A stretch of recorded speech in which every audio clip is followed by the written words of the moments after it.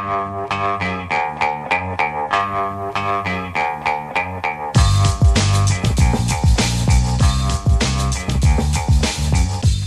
the Brian Lehrer Show on WNYC. Good morning again, everyone. Now we continue our WNYC Centennial series, 100 Years of 100 Things. And with the war on diversity, equity, and inclusion right now, and this being Black History Month, and the Supreme Court decision in 2023 banning race-based affirmative action for applicants to college, today's topic, number 71, is 100 years of inclusion and exclusion in college admissions. Our guests for this are Anthony Chen, sociology professor at Northwestern University and author of the book The Fifth Freedom: Jobs, Politics, and Civil Rights in the United States, 1941 to 1972, and Lisa Stulberg, professor of sociology, specifically the sociology of education at NYU. And together, Anthony Chen and Lisa Stulberg are writing a book on the origins and political development of race-conscious affirmative action in college admissions. Another news hook that's come up before we bring them on since we planned this segment with them is that the Trump administration has banned the military academies and other federal agencies from spending taxpayer money on cultural observances or affinity groups. As CBS News reports, for example, the Pentagon's intelligence arm has issued a memo pausing any activities related to Martin Luther King Jr. Day, Juneteenth, Black History Month, LGBTQ plus Pride Month, and Holocaust Remembrance Day, among other, quote, special observances, according to a defense official who confirmed the authenticity of the memo. Bloomberg News adds, the Pentagon is extending its crackdown on diversity efforts to schools for the children of military service members, suspending all cultural observances, barring employees from including pronouns in email signatures, and prohibiting the use of the term gender in student paperwork.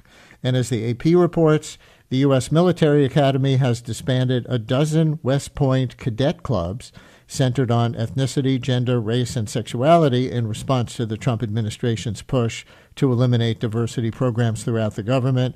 The famed Military Academy in New York, says the AP, issued a memo shutting down groups including the Asian Pacific Forum Club, Latin Cultural Club, National Society of Black Engineers Club, and Society of Women Engineers Club in order to adhere to recent guidance from the Army and Defense Department. It also shut down the Corbin Forum, a decades-old leadership club for female cadets, and Spectrum, a gay-straight alliance, says the AP. And at the same time, President Trump has also announced creation of a federal task force to fight anti-Christian bias. So some organizations aimed at expanding equality are being banned. At least one other, for Christians, is being created. And with all of that as prelude, Professor Stulberg, Professor Chen, thanks for joining our 100 Years of 100 Things series, and welcome to WNYC. We're happy to be here. We're longtime listeners and big fans. Thanks, Brian. That's great. Thanks, Brian. So looking back 100 years or so, according to U.S. Education Department statistics, in 1920, only 4% of white Americans aged 25 and up had a bachelor's degree, and only 1% of black Americans. By the year 2022, according to figures from the census, around 42% of white Americans had bachelor's degrees, but only 28% of black Americans. So with those little beginning and end points as a starting point for us, how do you see equality and educational access at the higher ed level? Well, it's a big question, and I don't know how if you can hear how vigorously I'm shaking my head from the news you just mentioned. But I think it's important to start back 100 years, as you have, to think about diversity in higher education. We really do have to go back that far. Higher education looked a lot different 100 years ago. At the beginning of the 20th century, college going was really almost exclusively the province of white Anglo-Saxon Protestant WASP men who were hailing from really the utmost reaches of the class structure. There was a really tight connection between the prep schools and the private schools and the most elite colleges in the United States. And it wasn't really until World War I or right after that colleges began to open up a bit more to immigrants, mostly white immigrants at that time, Jews, urban working class folks. And colleges at that point started to think more carefully about what merit meant, started to think more carefully about who they wanted to have in their college classes, and to think more carefully about diversity. And as you know, and as you as your listeners probably know, at that time there was a real concern that because colleges were opening up and they were starting to use tests like the SATs in the 1920s and 1930s, there were people who were doing well on those tests and doing well in the college application process that those elite schools were not so excited to have on their campuses, like Jews and immigrants. Right. And so really diversity, actually, the term diversity came out of a sort of anti-Semitic turn that we can talk about more from that time. It wasn't initially connected to race at all. Yeah. And so let me go back to that time a little more with you by citing a few lines from the Harvard Crimson, the student newspaper, from 2023. The Crimson said, in the 1920-21-22 school year, 1921-22, Harvard student body was 21% Jewish. By comparison, in the mid-20s, Jewish people made up approximately just 3.5% of America's population. University officials worried about this, quote, overrepresentation of Jewish people on campus. Over the course of the 1920s, Harvard's administration passed a series of admission policies to limit the percentage of Jewish students in each incoming class. These policies were the first attempts in Harvard's history to restrict the admission of qualified applicants. Legacy admissions were among these changes, a surefire way to preserve the white Protestant demographics of, quote, old Harvard was to admit the white Protestant sons of old Harvard graduates. Many of these practices, says the Crimson, remain in place today.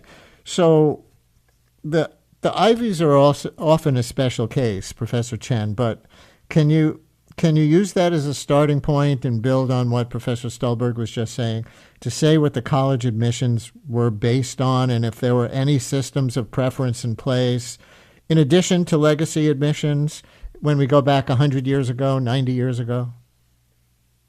I think I'll defer to Lisa on this one. This is really in her wheelhouse. Okay. Thanks so much for inviting me to comment, though. Sure, and we'll have plenty to ask you about as we go that I know is in your wheelhouse. But Professor Stolberg, you want to take that a step further? Yes, definitely. As a proud Jewish nerd myself, I would say that one of the things that these schools were worried about was having too many Jewish nerds, who they called grinds and introverts, and clannish.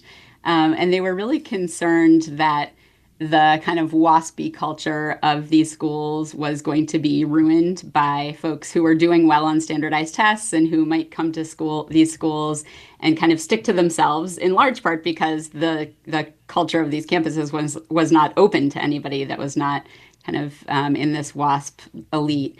And they started to think about forms of diversity like geographic diversity, and diversity of interest, and they cared about things like character and having a well-rounded student bodies. And those really were the forms of diversity, and they used the word diversity at that time. Those were the forms of diversity that these schools started to think about, particularly to limit the number of Jews and others who they deemed to be undesirable on their college campuses. So really, so it's this kind diversity in the name of exclusion, in pursuit of yes, exclusion. yes, absolutely.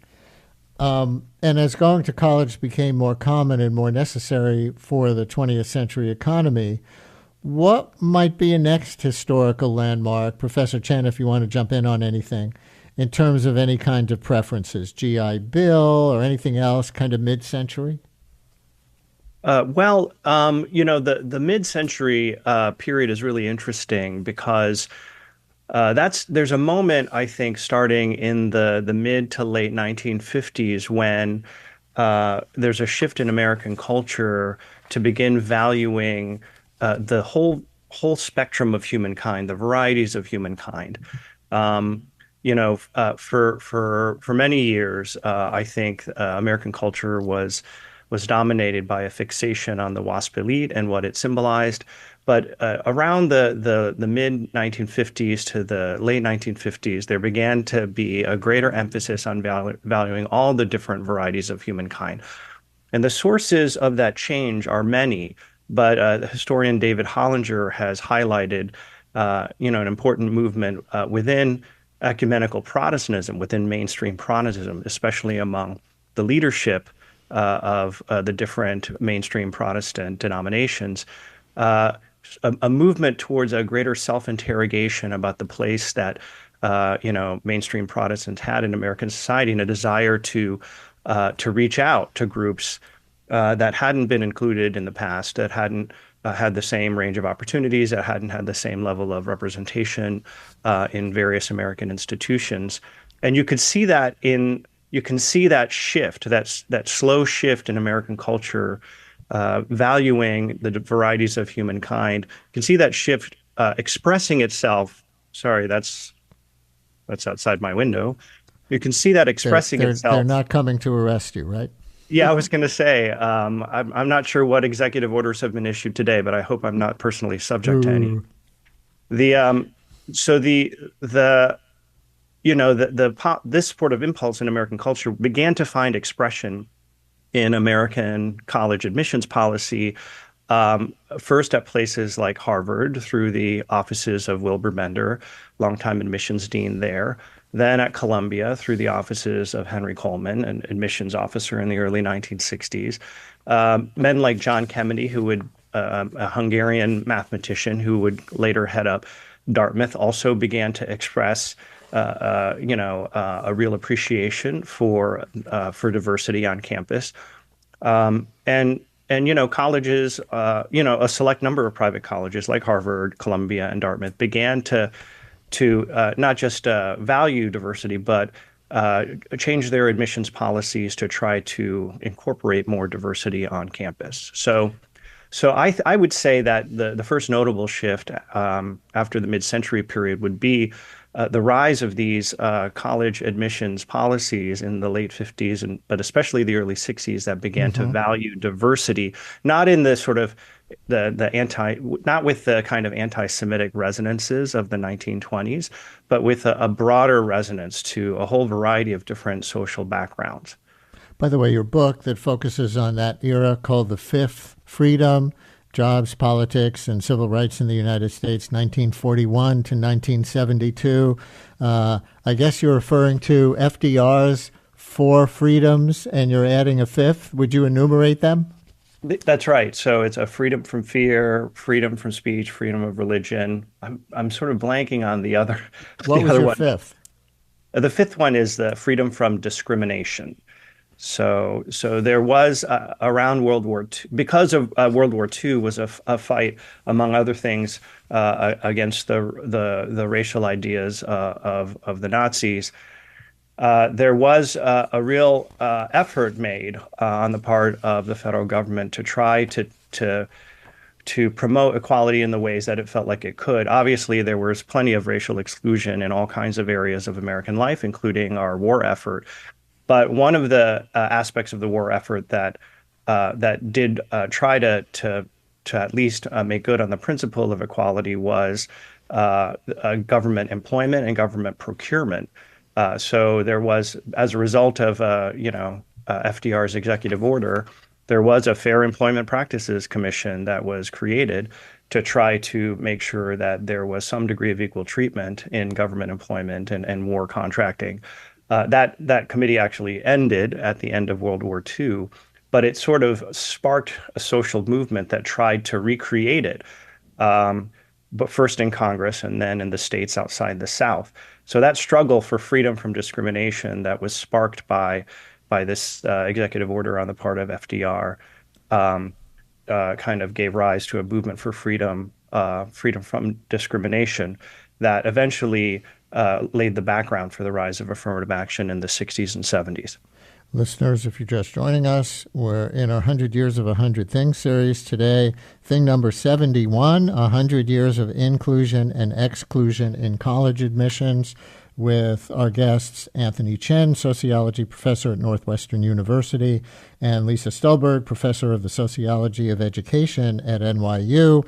And in addition to Professor Chen's previous book, The Fifth Freedom, they're working together on a book on the origins and political development of race-conscious affirmative action in college admissions. And listeners, as we do in these 100-year segments, we invite not just your questions, but your oral histories, in this case regarding you or family members from past generations or anyone else you've known regarding college admission preferences. 212-433-WNYC, 212-433-9692. Call or text. Professor Stulberg, let me ask you to talk a little bit more about a person who Professor Chen mentioned there, the dean of admissions at Harvard in the 1950s, Wilbur J. Bender, as a seminal figure in bringing a socially inclusive sensibility to the process of admissions. The two of you wrote in an article a few years ago. Can you talk about this little-known figure from history, Dean Wilbur Bender, and what he said or did? Sure, and I'll ask Tony to jump in here too. I would like to broaden it a little bit to say that one of the things that we see with Bender and others like him is that we often think of affirmative action as coming from the social movements of the late 1960s, and that was when we started this project, what we thought we might find, but we were curious to know if schools had begun their affirmative action programs and taking race into account in an affirmative way before then.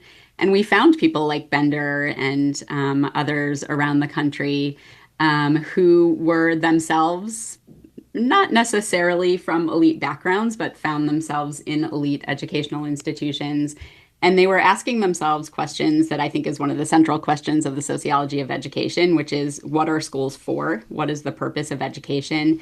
And they were doing this at a time when the social movements around racial justice, specifically for Black Americans, were starting to ask them to think about schools in this way and to recruit schools to join the movement for racial progress and racial justice. And so we have these elite white men, Protestant men, who, like Bender, and Tony can jump in with others, who took it upon themselves to see a new role for their institutions and were very interested in creating racially and socioeconomically and religiously diverse institutions for, among other things, for the purpose of racial progress. They were also interested in creating a rich experience for all of their students, and diversity was one of the ways that they felt that they could do that.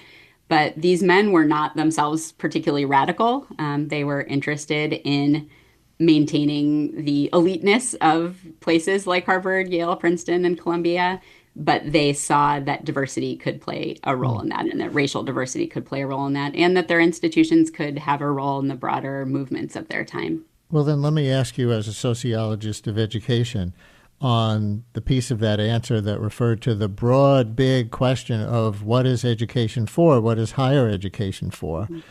I know people who think that private college shouldn't even exist, only public colleges, and that selectivity in college admissions at all is a form of elitism and winds up excluding people not just from college, but from the economy or the higher ranks of the economy. So what would you say as a sociologist of education that private college is even for, or more importantly, I think, that selectivity in admissions is even for?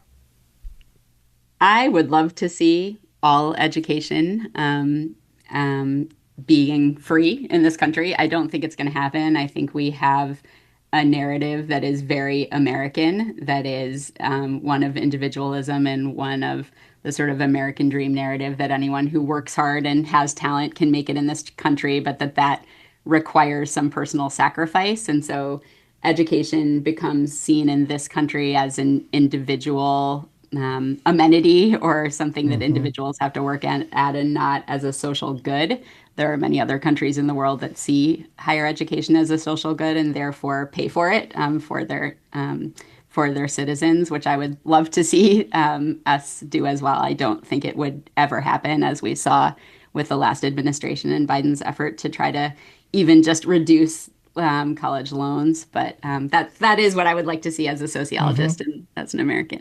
Professor Chen, you want to piggyback on any of that? Well, I think you're asking an important question, and the question, one way to put the question is, what do schools do? Do they reinforce the hierarchies that we already have in society, or do they help us change those hierarchies? Are schools like an engine for change, or are they really a prison in a way? And, I think there's a variety of answers to that question, and the answers are always changing as we do more research.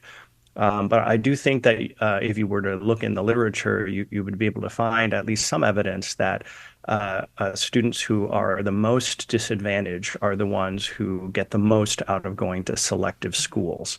So the effect of going to a selective school is heterogeneous, as it were. The students who are most privileged are the ones who maybe don't get the most out of it because they were going to do really well no matter what school they went to. But the students who who were coming from a place of less privilege are the ones who get something out of going to a really terrific school, because it wasn't clear whether they would have gotten as far without getting into the school.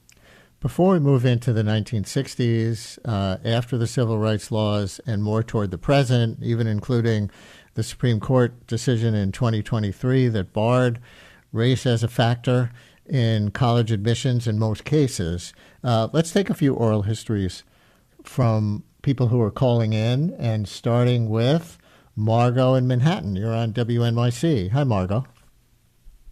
Hi there. Good morning. My father graduated from Brooklyn College of Pharmacy in 1960, so it kind of is leading into what you're talking about. And his mentor encouraged him to go on to get his MD, PhD. So we're Jewish, and he applied far and near. He cast a really wide net, and knowing full well that there was, quotas against the Jews. So my mother, being the person that she is, thought it would be funny. At work one day during lunch, she typed up a fake Tulane University letterhead name and typed on it, because everything they got, they said, Mr. Lemberger, thank you for your interest. However, it is our policy not to accept pharmacy students. So she typed it up and said, Dear Mr. Lemberger, thank you for your interest in Tulane. Unfortunately, it is our policy not to accept Jews. And she mailed it, put the stamp on it, dropped it in. And a couple of days later, she'd forgotten all about it. And every night he would go through a stack of these rejection letters. And it's all the same thing. And he gets to the last one, he holds it up, he says, watch, they don't accept Jews. And she noticed that it was the one she'd said. She didn't warn him. He opened it, and his head almost exploded. She said he lost his mind. He was going to call the president of the university. It took her 20 minutes to get him to look at the postmark that it had been sent from New York City. So is this some kind of practical joke, is what you're saying, yes? Well, it's what my mom did, but it was common. That's why he kept getting. He was top of his class. LIU, which is what Brooklyn College of Pharmacy is now, made him a distinguished alumni. He was on their billboard, so he was the best of the best, magna summa cum laude, every time. And this was what they kept coming against, because his mentor would call and ask why he wasn't accepted, and they would tell him flat out, it's because he's Jewish. They would tell him flat out. All right. Well, they would tell the mentor, who was not Jewish, flat out. Yeah. Margot, thank you very much. What a story, Professor Stulberg. Yes, absolutely. I'm not surprised. George in Jericho, Long Island. You're on WNYC. Hi, George. Hi, Brian. If certain holidays like the Martin Luther King Day and June 19th holiday are not valid federal holidays worthy of the service academies, then we should stop with the halfway measures and simply repeal those days altogether as federal holidays. George, I hear your sarcasm, I guess, and your indignation. And that, of course, honestly, that wasn't an oral history call about inclusion and exclusion in college admissions, but referring to one of the things that I mentioned in the intro to this segment about the banning at West Point and other military academies by the Pentagon now of any clubs centered on ethnicity, gender, race, and sexuality, or the observances of any holidays such as Martin Luther King Day or Black History Month or Holocaust Remembrance Day. And we will get back to that toward the end of the segment with our guests as we go through something of a history timeline, as we do in these 100 Years of 100 Things series, chosen in many cases as this one to link to things that are going on today. Let's talk a little bit about the 1960s. You two can decide who wants to take this one, but you wrote in a joint article that, as with the civil rights movement of the 60s, came new interest in racial diversity, in particular in higher education. And you cite a City College of New York, psychologist Kenneth C. Clark, as a key figure in that decade. So whoever wants it, who was Kenneth C. Clark and what did he advocate for? I can take this one. Kenneth Clark is the famous psychologist who did the doll experiment for the Brown cases in the 50s. And he was quite active in the 1960s, both continuing to do his research and also in the civil rights movement. And he's an important figure because he was one of several Black intellectuals who made the case that it was important to take special measures in 1963 and 64 to achieve equality, racial equality in the United States in a variety of different arenas. And he was also one of the Black intellectuals who tried to make the case that diversity was something valuable in college education, that having a diverse student body conferred important educational benefits to the students going to school. So in our book, we talk about a moment when he is at Mills College out in Oakland, giving an address to the students there and extolling the importance of having a lot of different kinds of students on campus as the world is getting more global in nature.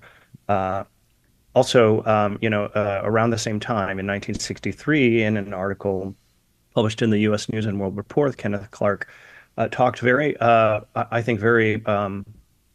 adamantly about the importance of, essentially taking affirmative action. He didn't use the terminology, quite exact. He didn't actually use the phrase affirmative action, but he did refer to the importance of taking special measures to compensate African Americans for the discrimination that they had suffered, so that they would have the opportunity to compete on equal terms with other Americans. And so let me ask you well, go ahead and finish your answer, and then I want to ask you a follow-up question about precisely that. But go ahead.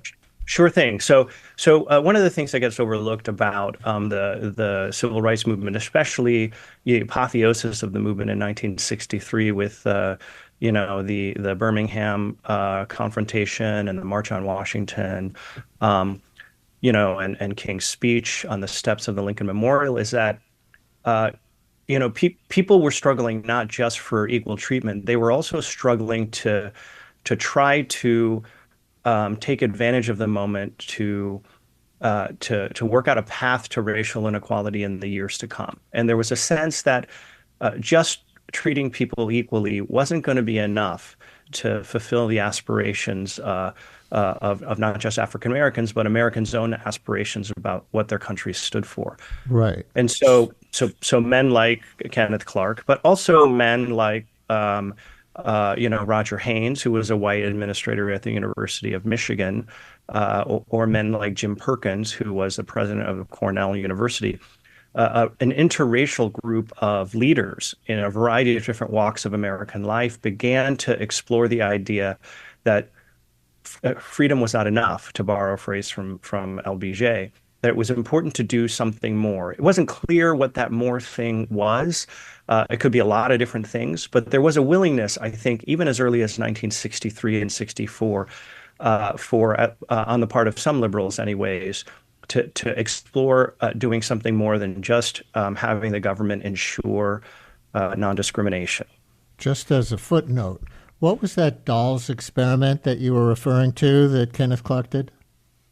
Isn't it the one where in the Brown cases there was an experiment presented by a psychologist, and it showed that segregation, that black children tended to pick the white dolls, and that was it was inferred from that experiment that segregation had damaging effects on so that black even kids. black children tended to pick the white dolls when given a choice. Yeah. And my actual follow-up question was, given what you were just describing, were there really two different threads happening at the same time by the 1960s of moving toward more diverse college student bodies? The idea of diversity as being good as an environment for all students, as maybe the dean of Harvard in the 50s was trying to advocate, just diversity as being good as an environment for its own sake or for all students, and what you were just describing, as a separate thing, perhaps, the idea of giving a hand up to Black Americans specifically, who had, of course, officially and unofficially been discriminated against for so long. That's such a perceptive observation on your part, Brian. There are, in fact, two distinct rationales that are developing at first separately, but then come together in 1963. So as we were saying a moment ago, as early as 1961, 1962, you had men like Wilbur Bender, men like Henry Coleman at Columbia, Wilbur Bender's at Harvard.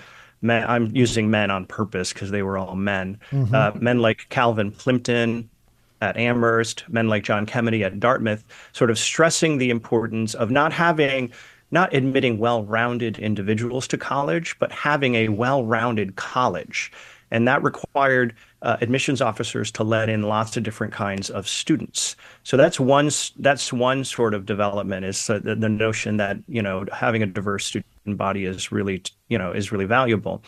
The other one is the civil rights movement we just got done talking about, where a group of Black and white intellectuals began to work out the idea that it was important to do something more than non-discrimination if we were to reach inequality in our lifetimes.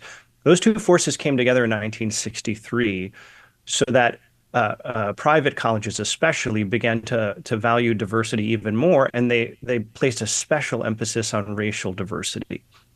And so that's where the two streams come together, into a much more familiar discourse, familiar to us anyways. And as we continue into the 1970s, in a few minutes, we'll talk about a landmark court ruling that seemed to accept one of those rationales for diverse college admissions and reject the other, bringing us closer to where we are today legally. But let's take another oral history call from Ann on Staten Island first. Ann, you're on WNYC. Hello. Good morning. I'm a very loyal listener to your program. Thank you very much. And I wanted to tell you, I think that you will find this very interesting. I attended Hunter College when it was still on Park Avenue, downtown. We had, before Lehman College, from 64 to 68. I live on Staten Island. I was one of about 22, I think it was 22 students from Staten Island who had been accepted. It was a very challenging application. I remember I had to have 3 references. I had an 89 average, which just about was the cutting point. And I applied to be an English major. When we went to and I was accepted. And we're talking, just for reference for our listeners, you're talking about the period we were just discussing with our guests, the mid-1960s, right? Right. And I was there from 64 to 68. And I still remember the first day when the provost spoke to 700. We were a freshman body of 700. And he said, I'll never forget this, look around, look behind you, look in front of you. Half of you will be gone in January. That was the distressing comment he made to us. But also, being a very observant person, I looked around and I counted 10 Black people in that vast auditorium. Only. And when I started classes in the fall, there was one black woman, a young woman, who was in an English major. And the only black professor was the sociologist, the sociology department. And that's where I experienced an epiphany, because he had us read Kenneth Clark. He had us do our own investigations. And when we discussed after, I would say maybe the third or fourth week, we had discovered, speaking with the registrar, that it was not discrimination. It was a lack of applications from people of color. And we had students who were paying a lot from international exchange students. I was going free tuition, registration, and books, and of course transportation. But I thought you might find that very interesting. There was a dearth of applications from people of color. Well, did they attribute that to anything? I'll give our guest a chance to do that, to a lack of equal primary education before the college level that would feed applications to selective Hunter at that time? Do you want me to answer that? Yes, Ann. Sorry. Okay. I'm just curious. I'll listen. Okay. Professor Chen, was that you jumping in? It was. I don't have any evidence directly about the CUNY system, but I can speak more broadly about what's happening at this moment at other institutions of higher education. And it is definitely the case that they didn't have as many applications as they wanted. And part of what they attributed that to was the fact that education was unequal racially across the United States, but even in the states of the Midwest and the West and the North, which did not have Jim Crow segregation. And a lot of African American students didn't meet certain qualifications that were expected of all applicants. The other factor they pointed to was simply that the idea that a lot of these African American students, elementary students, high school students, middle school students, high school students, felt like they would never get a fair shake in college, that society wasn't made for them. And so they didn't actually try to work out a plan for getting into college because it was so far beyond the pale for them.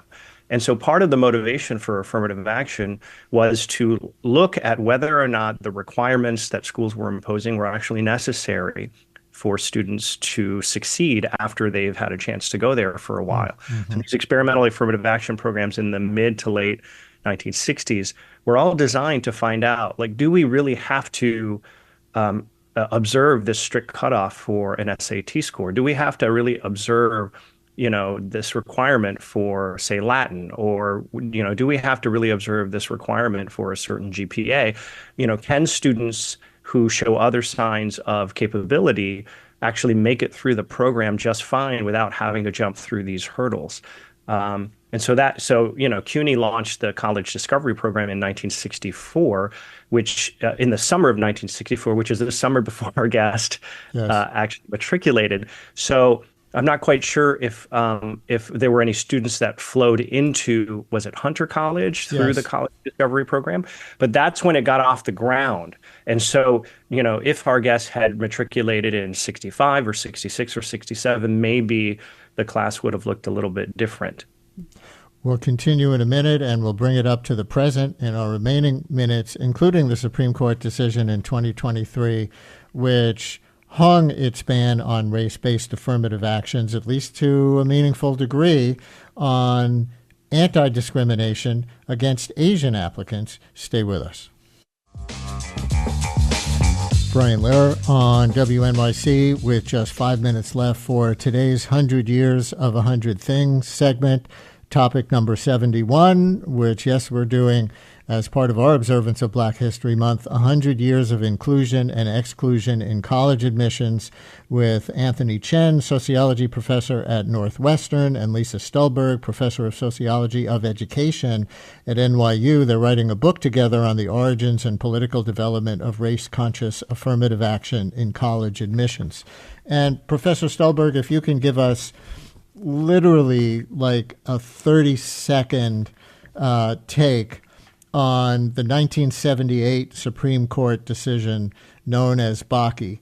Would it be accurate to say that the court at that time accepted the diversity is good for everybody rationale for having any kind of affirmative action, but rejected the making up for discrimination in the past against Black Americans? Yes, in a very divided opinion. Justice Powell's opinion sort of won out as the majority opinion, and he really stressed that the diversity rationale was the constitutional reason why schools could continue to take race into account affirmatively, that diversity was a compelling state interest, that it was in the school's interests and students' interest and the country's interest to have diverse student bodies that could learn from each other. So that sort of consolidated the rationale in that way. And then even that mostly got struck down by the court in 2023. And Professor Chen, we talked in the beginning of the segment about the policies 100 years ago limiting Jews at Harvard because they were seen as becoming too numerous. This case was argued partly on the basis of protecting the Asian American applicants who, because of merit, were becoming so numerous at Harvard and elsewhere. How would you compare the two eras and goals and the way advocates on either side use those comparisons? That's a great question. It's certainly true that in the Harvard case, Asian Americans were front and center. And it's also true that some interlocutors on one side of the debate really played up the analogy between Asian Americans today and Jews in the 1920s. From where I sit, the analogy is inapt. I think it's pretty clear from the research of Jerry Karabell especially that there were quotas imposed on Jews by the Ivy League colleges in the 1920s, and that it was ethnic, religious, and racial animus that motivated them. The evidence in the case of Asian Americans is actually not nearly as strong. But you wouldn't necessarily know it if you just read the Supreme Court's decisions, if you just read SFFA released in 2023. To really see how weak the evidence is, you kind of have to read the trial court opinions. So you have to read the opinion of Allison Burroughs and Loretta Biggs, who conducted bench trials in each of those cases and heard voluminous evidence of what exactly Harvard was doing, what exactly UNC was doing, whether it was applying stereotypes to Asian Americans, whether Asian Americans had a statistically lower chance of getting admitted than applicants of other backgrounds, controlling for all kinds of different characteristics. And the trial courts didn't find evidence, statistical or non-statistical evidence of discrimination against Asian Americans. And the trial courts are in the best position to find such discrimination if such discrimination is occurring. They're the folks who are sitting there listening to all the testimony. They're the ones who get to ask the experts, questions when they're not sure what is being modeled statistically. And so, and then the findings of Burroughs in particular on the Harvard case were essentially upheld by the First Circuit Court of Appeals, if memory serves, which essentially did not correct any factual errors on her part and issued a set of legal findings that were quite parallel to the ones that she drew herself. So the SFFA is sort of a surprising case where, the plaintiffs really kept getting knocked down at every level of the court system, only to have their Hail Mary work out in the end. Which brings us more or less to the present at the end of this 100 years of 100 things history segment. Professor Stulberg, Professor Chen, thank you so much for joining us. Thank you. Our pleasure. Thank you.